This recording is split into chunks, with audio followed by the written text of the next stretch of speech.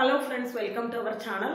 நம்ம சேனல்ல PGTRB Mathematics prepare பண்றவங்களுக்காக long term நம்ம வீடியோஸ் கொடுத்துட்டே இருந்திருக்கோம்.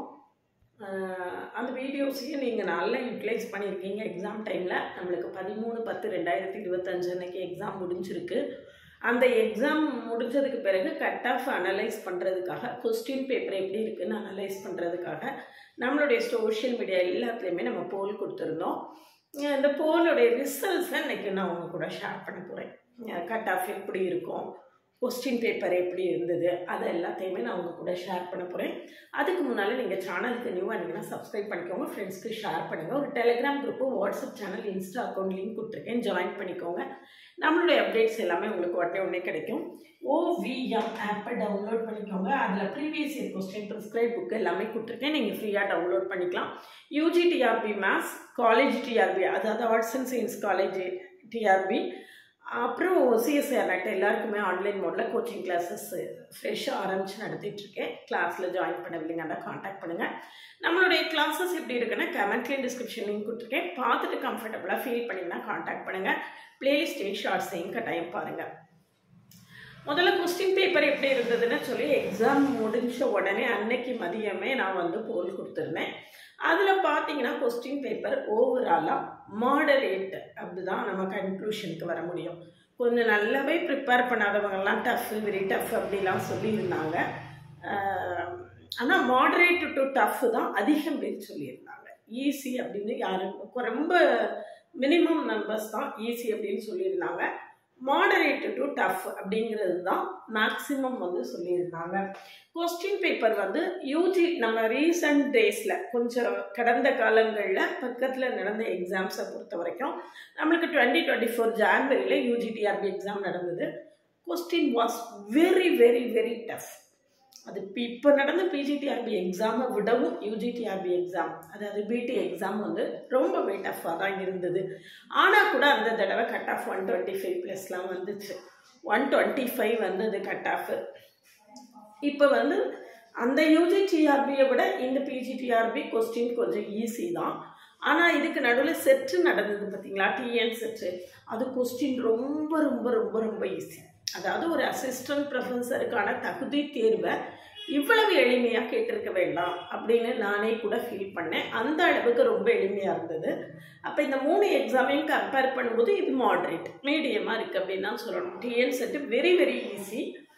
இது கொஞ்சம் UGTRB நல்லாவே டஃப். இது கொஞ்சம் பரவாயில்ல, மாடரேட். கொஞ்சம் நிறையா ப்ரிப்பேர் பண்ணியிருந்தாங்க அல்லது ரிப்பீட்டடாக ப்ரிப்பேர் பண்ணுறவங்க அவங்களுக்கு எல்லாமே ஓரளவுக்கு ஈஸியாக தான் இருக்கும்.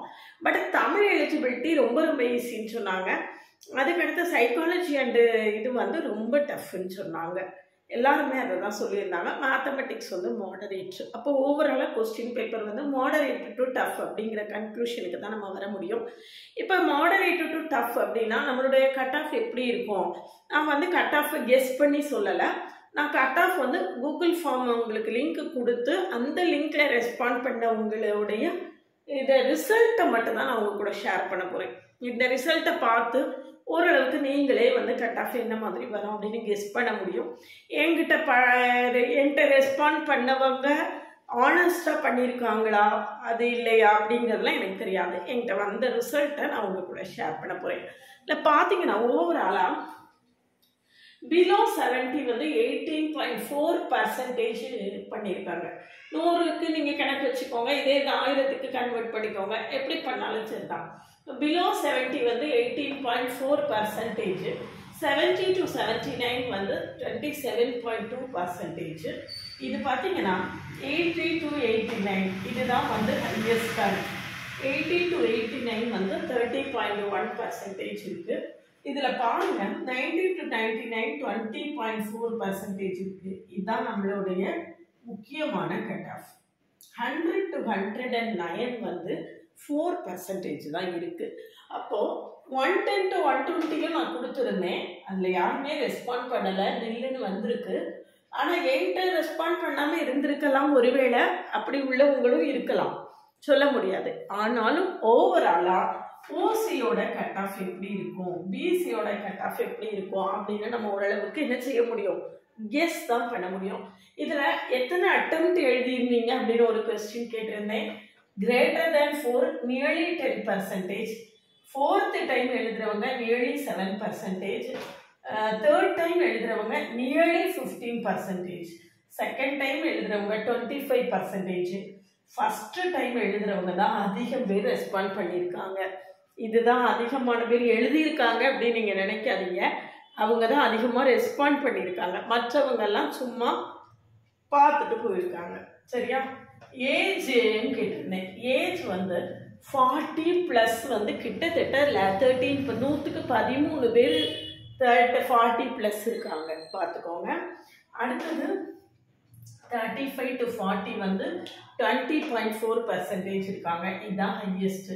இவங்க தான் அதிகம் பேர் பிளேஸ் ஆவாங்க. 30 to 30 இவங்க தான் அதுக்காக எதுக்காக நிறைய பேர் இருக்கிறதுனால அப்போ நிறைய பேர் அந்த இடத்துல பிளேஸ் ஆவாங்கன்னு சொல்கிறேன். மற்றபடி ஓவராலாக எப்படி கட் ஆஃப் வந்திருக்கு அப்படின்னு பார்த்தீங்கன்னா, ரிப்பீட்டடாக எழுதுகிறவங்க நிறைய பேர் நல்ல மார்க் எடுத்திருக்காங்க. இந்த 100 to 110லாம் 100 to 109லாம் வந்து நீங்கள் எத்தனை தடவை எழுதியிருக்கீங்க அப்படின்னு கேட்டிருக்கேன் பார்த்தீங்கல்ல, அதில் வந்து அவங்க அதிகம் இருக்காங்க. தேர்ட் டைம், ஃபோர்த்து டைம் அவங்கெல்லாம் வந்து 100 to 109ல் நிறைய பேர் இருக்காங்க. ஓவராலாக நிறைய பேர் இந்த ரிப்பீட்டடாக எழுதுகிறவங்க 30 to 35ல் 30 to 35ல் இதை மல்டிபிள் டைம்ஸ் எழுதினவங்க, தேர்ட் டைம் செகண்ட் டைம் எழுதினவங்களுக்கு வாய்ப்புகள் அதிகமாக இருக்குது. அவங்க அந்த மாதிரி நிறைய ஸ்கோர் வாங்கியிருக்காங்க. எப்படி அவங்களுக்கு நிறைய ஐடியாஸ் இருக்கும் இல்லையா, அப்படி வாங்கியிருக்காங்க. அப்போ ஓவராலாக நம்மளுக்கு இப்போ கட் ஆஃப் இந்த மாதிரி என்ன ப்ரிப்ரேஷன் மோடை யூஸ் பண்ணியிருக்கீங்கன்னு கேட்டிருந்தேன். அது பார்த்தீங்கன்னா செல்ஃப் ப்ரிப்ரேஷன் தான் ரொம்ப ஜாஸ்தியாக இருக்குது. இது கொஞ்சம் நான் எதிர்பார்க்காத விஷயம்தான். ஆன்லைன் கோச்சிங் அதுக்கு அடுத்த இடத்துல இருக்குது, 33% இருக்குது. ரிப்பீட்டர்ஸ் மீன்ஸ் ஒரு தடவை கோச்சிங் படிச்சிருப்பாங்க, இப்போ 2வது தடவை 3வது தடவை எழுதும்போது செல்ஃபாக ப்ரிப்பேர் பண்ணியிருப்பாங்க இல்லையா, அவங்க ஒரு நியர்லி 18% இருக்காங்க. ஸ்டடி மெட்டீரியல் மட்டும் வாங்கி செல்ஃபாக ப்ரிப்பேர் பண்ணவங்க ஒரு நியர்லி 9% இருக்காங்க. இது எல்லாமே என்னுடைய சர்வே ரிப்போர்ட்டு. மற்றபடி நீங்கள் எந்த ரோஸ்டரில் இருக்கீங்கன்னு ஒரு கொஸ்டின் கேட்டிருந்தேன். அது பரவலாக பிசியில் அதிகமாக இருக்காங்க. எம்பிசியை பொறுத்த வரைக்கும் விமன் ரொம்ப அதிகமாக இருக்காங்க. எம்பிசியில் விமன் வந்து ரொம்ப அதிகமாக இருக்காங்க. எம்பிசி மென் வந்து ரொம்ப கம்மியாக இருக்காங்க. மற்றபடி பிசி எம்மும் லேடிஸ் தான் இருக்காங்க, அதிகம் லேடிஸ் தான் இருக்காங்க பிசி எம்லையும். பார்த்தீங்கன்னா இதெல்லாம் நம்மளுடைய ஓவரால் சர்வே ரிப்போர்ட்டு. இப்போ கட் ஆஃப் என்ன வரும் அப்படின்னு நம்ம கெஸ் பண்ணோம்னா, கட் ஆஃப் என்ன வரும் அப்படின்னு பார்த்தோம்னா, ஓசியை பொறுத்த வரைக்கும் 100 to 110, 100 above 100 வரும். ஓசி வந்து above 100 வரும். 100 to 110 வரலாம். ஒருவேளை 110க்கு மேலேயும் ஆட்கள் இருந்தாங்கன்னா அந்த மாதிரி வரும். ஓசி வந்து 100 above 100 வரும். பிசியை பொறுத்த வரைக்கும் 95க்கு மேலே இருந்தால் வாய்ப்புகள் அதிகமாக இருக்கும். 95க்கு மேலே இருந்தால் கிடைக்கிறதுக்கான வாய்ப்புகள் அதிகமாக இருக்கும். அதுக்கு அடுத்தல பார்த்தோம்னா பிசி விமன் எல்லாமே கிட்டத்தட்ட இந்த கேட்டகரியில தான் வருவாங்க. ஏன்னா பிசிலையும் பார்த்தீங்கன்னா விமன் நிறைய எழுதியிருக்காங்க, லேடிஸ் தான் அதிகம். பிசிஎம் வந்து ஒரு 80லேருந்து 80+க்கே கிடைக்கும் அப்படின்னு நான் நினைக்கிறேன். ஏன்னா காம்படிஷன் அவங்களுக்கு ரொம்ப கம்மி. பிடபிள்யூடி வந்து சொல்ல முடியாது, அதை இடத்துல பார்ப்போம். பிசிஎம் எம்பிசியும் 80 இது வந்து 80 to 80 வரலாம். அல்லது சில நேரம் நிறைய காம்படிஷன் இருக்குன்னா 85+ கூட வரலாம், சொல்ல முடியாது. இதுலேருந்து இது ஒரு 5 to 10 மார்க்ஸ் டிஃப்ரென்ஸ் இருக்கும். இது 95 above அப்படின்னு சொல்லும்போது இது 85 above கூட வர்றதுக்கு வாய்ப்பு இருக்குது. ஆனால் அவங்க வந்து நம்பர் ஆஃப் கேண்டிடேட்ஸ் ரொம்ப குறைவாக இருக்கிறதுனால நம்ம அதை ரொம்ப கெஸ் பண்ண முடியாது. எம்பிசியை பொறுத்த வரைக்கும் 80+க்கே கிடைக்கிறதுக்கு வாய்ப்பு இருக்குது. எம்பிசிக்கும் எம்பிசி மென்னாக இருக்கட்டும் விமனாக இருந்தாலும் 80+க்கு ஒரு சான்ஸ் இருக்கும் அப்படின்னு நான் கெஸ் பண்ணுறேன். அதே மாதிரி எஸ்சி வந்து 75+ வரும். 70 to 75 கூட வர்றதுக்கு வாய்ப்பு இருக்குது. எஸ்சிக்கு 70 to 75 கூட வரலாம். எஸ்டியை பொறுத்த வரைக்கும் நம்மளுக்கு டேட்டா கலெக்ஷன் ரொம்ப கம்மியாக இருந்தது, நம்மளால் கெஸ் பண்ண முடியாது. எஸ்டியும் கேண்டிடேட்ஸ் ரொம்ப கம்மியாக இருக்கிறதுனால அவங்களுக்கும் ஈஸியாக கிடைக்கிறதுக்கு வாய்ப்பு இருக்குது. இந்த எஸ்சி வந்து சொல்ல முடியாது சில நேரம். இது வந்து இது நான் சொல்லக்கூடியது இது மேல பிளஸ் ஆர் மைனஸ் 5 நீங்க ஆட் பண்ணிக்கலாம். பிளஸ் ஆர் மைனஸ் 5 வச்சுக்கலாம். இதுல ஒவ்வொன்றுமே இது 105 வரலாம், இது 100 வரலாம், இது 90 வரலாம், அல்லது ரொம்ப கம்மியா இருந்து குறையவும் செய்யலாம். அதனால பிளஸ் ஆர் மைனஸ் 5 தான் நான் கொடுக்குறேன். அப்படின்னா எஸ்சிக்கெல்லாம் ஒரு வேளை 80 ஆகுறதுக்கும் வாய்ப்பு இருக்கு, 75 to 80 ஆகுறதுக்கும் வாய்ப்பு இருக்கு. இப்போ ஓவராலா ஓசி கேண்டிடேட்ஸ் ரொம்ப ரொம்ப கம்மியா இருக்காங்க. ஓசி கேண்டிடேட்ஸ் ரொம்ப ரொம்ப கம்மியாக இருக்காங்க. அதனால பிசி எம்பிசிலலாம் நல்ல ஸ்கோர் வாங்கினவங்க ஓசி ரோஸ்டருக்குள்ளே போகும்போது இன்னும் எம்பிசி அதிகம் பேருக்கு கிடைக்கிறதுக்கு வாய்ப்பு இருக்கும். எஸ்சிலையும் சில பேர் ஓசிக்குள்ளே போயிடுவாங்க. அப்போ அவங்களுக்கு இன்னும் கொஞ்சம் கட் ஆஃப் குறையும். இந்த மாதிரியெல்லாம் வாய்ப்புகள் இருக்குது. அதனால இது எல்லாமே முழுக்க முழுக்க என்னுடைய கெஸ் மட்டும்தான். நான் கெஸ் பண்ணுறேன் இப்படி இருக்கலாம் அப்படின்னு நான் கெஸ் பண்ணுறேன். டிஎன் செட்டை பொறுத்த வரைக்கும் நான் இதே மாதிரி சர்வே ரிப்போர்ட்டு கொடுத்துருந்தேன். ரொம்ப எக்ஸாக்டாக ரொம்ப நல்லாவே என்னுடைய சர்வே ரிப்போர்ட்டுக்கு ரொம்ப க்ளோஷராக ரிசல்ட் வந்திருந்தது. நீங்கள் வேணால் செக் பண்ணி பார்த்துக்கலாம். அந்த ரிசல்ட் எல்லாமே இங்கே தான் இருக்குது, நம்மளுடைய சேனல் இருக்குது, பார்த்துக்கலாம். அதனால் இப்போ நீங்கள் என்ன பண்ணணும் அப்படின்னு கேட்டீங்க அப்படின்னா டோன்ட் வரி, அவ்வளோதான். ஐயோயோ எனக்கு கிடைக்கல, மேடம் சொன்ன கட் ஆஃப் எனக்கு வரல, நான் ஒன்றும் கடவுள் கிடையாது. இதுக்கு மேலே என்ன மாறுதல் வேணாலும் வரலாம், எப்படி வேணாலும் இருக்கலாம். கிடைக்கல அப்படிங்கிறதுக்காக சோர்ந்து போகக்கூடாது. ஆசிரியர்கள் நீங்கள் எல்லாருமே நீங்கள் ஸ்டூடெண்ட்ஸை மோட்டிவேட் பண்ண வேண்டிய இடத்துல இருக்கும்போது நீங்கள் டீமோட்டிவேட் ஆகக்கூடாது. You have to move on to the next step. அடுத்த ஸ்டெப்புக்கு மூவ் ஆகணும். அடுத்தடுத்து என்ன பண்ணணும் அப்படின்னு தான் யோசிக்கணும். எல்லாரும் போஸ்டிங்க்கு போகிறதுக்கு மீண்டும் என்னுடைய வாழ்த்துக்கள்.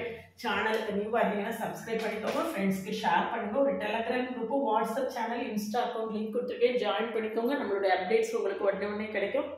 ஓவிஎம் ஆப்பை டவுன்லோட் பண்ணிக்கோங்க. அதில் previous year question, prescribe books எல்லாமே கிடைக்கும். ஃப்ரீயாக டவுன்லோட் பண்ணிக்கலாம். இதில் பிடபிள்யூடியை பொறுத்த வரைக்கும் கட் ஆஃப் எனக்கு பிடபிள்யூ கேண்டிடேட்ஸ் ரெஜிஸ்டர் பண்ணது ரொம்ப ரொம்ப கம்மியாக இருந்தாங்க. அவங்களுக்கு ஓரளவுக்கு 70 இருந்தாலே கிடைக்கும் நினைக்கிறேன். பிடபிள்யூ பற்றி சொல்லலைன்னு நினைப்பீங்க இல்லையா? ஓரளவுக்கு 70 அரௌண்ட் 70 இருந்தாலே கிடைக்கிறதுக்கு வாய்ப்புகள் இருக்கும் பிடபிள்யூடிக்கு. அதனால சொல்ல முடியலை, எனக்கு டேட்டா ரொம்ப கம்மியாக இருந்தது பிடபிள்யூடியில். அதனால என்னால் அதை கன்க்ளூட் பண்ண முடியலை. அதனால் யூஜி டிஆர்பி மேத்ஸுக்கான ஆன்லைன் பேட்ச் நடந்துட்டுருக்கு. வேணும்னா காண்டாக்ட் பண்ணுங்கள்.